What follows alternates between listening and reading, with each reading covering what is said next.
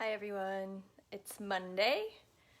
Here I am live again. Today I feel a little nervous again, I think because I'm a little tired.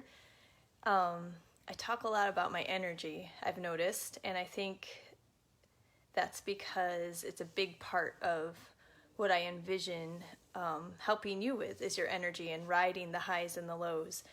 And something I've noticed over the years is that I'm a very up and down person. When I'm high, I'm super high. When I'm low, when I'm tired, everything just seems awful, which I think is, pretty typical. It's not abnormal.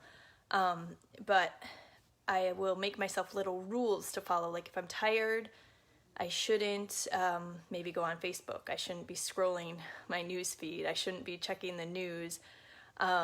Things like that, because I know that's not a good time when I'm tired. But then I don't really follow the rules sometimes, and then you notice you get in a spiral and things just seem worse and worse. And then I've also noticed that there's that Irish proverb, I think, that I can't remember exactly what it is, but it was like the two best things for healing or for, getting better are a good night's sleep and laughter, which I've always found. You always think, oh, the world's coming to an end, things are so terrible, and then you get some sleep and you're like, oh, I'm in a good mood again. So I've just found that being rested is so important for me, I know, and it's important for most people. I think about energy a lot, so here's a bunch of books that I have read over the years. This Feminine Genius one, I feel like that kind of talked about like this energy kind of idea. Blue Zones, love this book. The Old Way, Elizabeth Marshall Thomas, I interviewed her actually on the phone, and I should publish that sometime. She is so amazing. This is all about people in Africa and the old way of living. Move Your DNA. I used to follow Katie Bowman a lot. This is kind of like an alternative idea to, exercise. And of course, Unschooling, Pam. So I just dug these books out this morning. I kind of want to hit on today get more concrete. I feel like I've been a little abstract. I've told you who I want to serve. And so the first thing I want to get into like the format. What is this membership? What do you get from it? What is the format? So as far as the community goes, there will be a private group. We will start on Facebook at first. There'll be a private Facebook group with only members, only founding members and myself. We may not always be on Facebook. Eventually, maybe we'll move somewhere else. But for now, we're going to keep it simple and start on Facebook. And I really look at the community as like the bedrock of what we're building, because I talked last time about how I was able to do so many things in my life, make so many what people think of as brave or different decisions, because I had that unconditional love in my life from my parents. So I view this community as the unconditional love and acceptance and support that we all need. And from there, because we have that, it's going to make it a lot easier for us to make those choices in our life. For example, after all of last year, 2020, and all of the things went on with schools, like schools being shut down and kids having to do remote learning, a lot more people have turned to homeschooling, which actually, for those of us that homeschool, we look at that as a silver lining, that people are considering homeschooling, because we know that homeschooling is awesome. But a lot of people feel really uncertain. Am I up to this? Am I up to the challenge? Can I do a good enough job? So those are people that would really benefit from being in the Rise Up community, because there are those of us, myself included, that have been homeschooling. I've been homeschooling now for over 10 years. My daughter will be 15 next month. So if you count from the time she was 5, kindergarten age, till now, almost a decade now. So that's just a concrete example of someone that we will be able to help, someone that is feeling unsure about homeschooling, or maybe even considering unschooling. So that's number one, the community.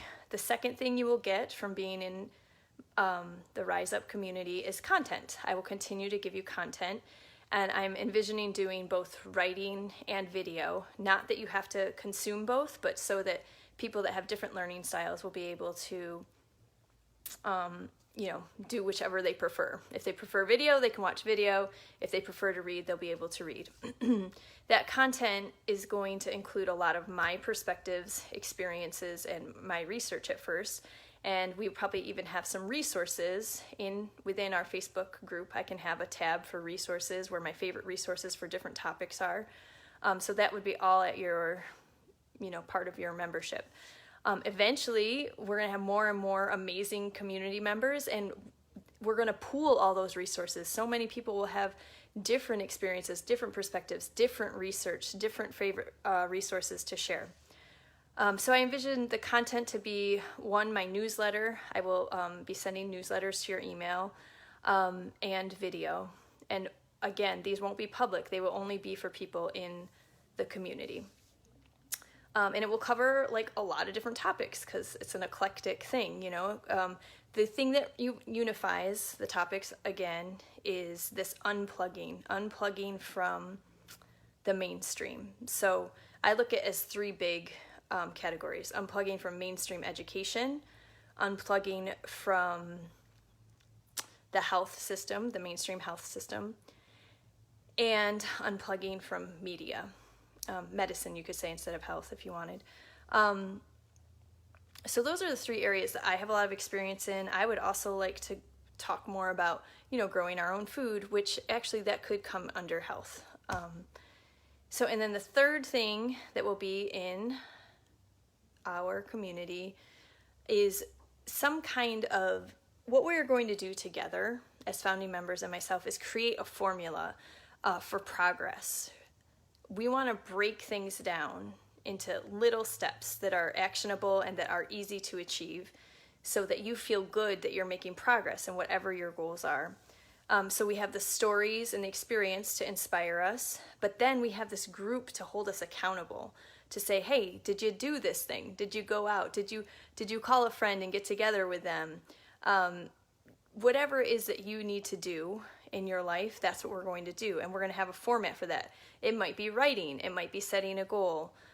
All of these are going to be tailored to the unique individual members of our community. So again, I revealed last time, this is only going to be a $10 a month membership. That's the price of it. $10 a month. That's less than $2.50 per week. Less than 1 cup of coffee per week. So, you're not going to be getting loads of stuff every week, and actually that's on purpose. I don't want to overwhelm you with tons of information, with tons of things you need to be doing. We want to go slow and steady and build on that progress. So it's going to be maybe half an hour a week you're dedicating to this. Nothing crazy. The way I am picturing a format, if it works, this is an idea I have, is that we have a week for absorbing, week 1, and maybe that's reading or watching the video. Then we apply it to our life. How does this apply to my life? Then we're going to take advantage of our community. We're going to share. Maybe we have a Zoom call. Zoom would be another format. And then we get out in the world and we do something, and we also share it with the group. What we want to do is we want to decrease overwhelm and we want to increase results. Okay, so we want to streamline things. We want to break it down into baby steps. We're going to get into a cycle of learning, doing. Okay? So I hope that makes things a little more concrete. As far as who this is for, again, we talked about it being people that believe in medical freedom, but we can get more specific than that. It could be new homeschoolers. It could be people that are interested in learning more about being less dependent on the medical system too. Now, of course, I can never offer medical advice. I'm not a doctor, but I can give you perspectives and experiences that have helped our family move away from needing a doctor so often. For example, many parents of young children will run to the doctor anytime their kid has a fever or a sniffle or this or that. We can talk about what are their alternatives. Are there alternatives that make sense? And what has worked for people. So I think that's about all I want to talk about today. Please like my page on Facebook. I do have a YouTube channel now where I'm uploading all of these and you can watch them in 2 times speed and get through them extra fast. Subscribe to my newsletter, and please private message me if you have any questions or concerns and just want to know more. Thanks so much. Bye.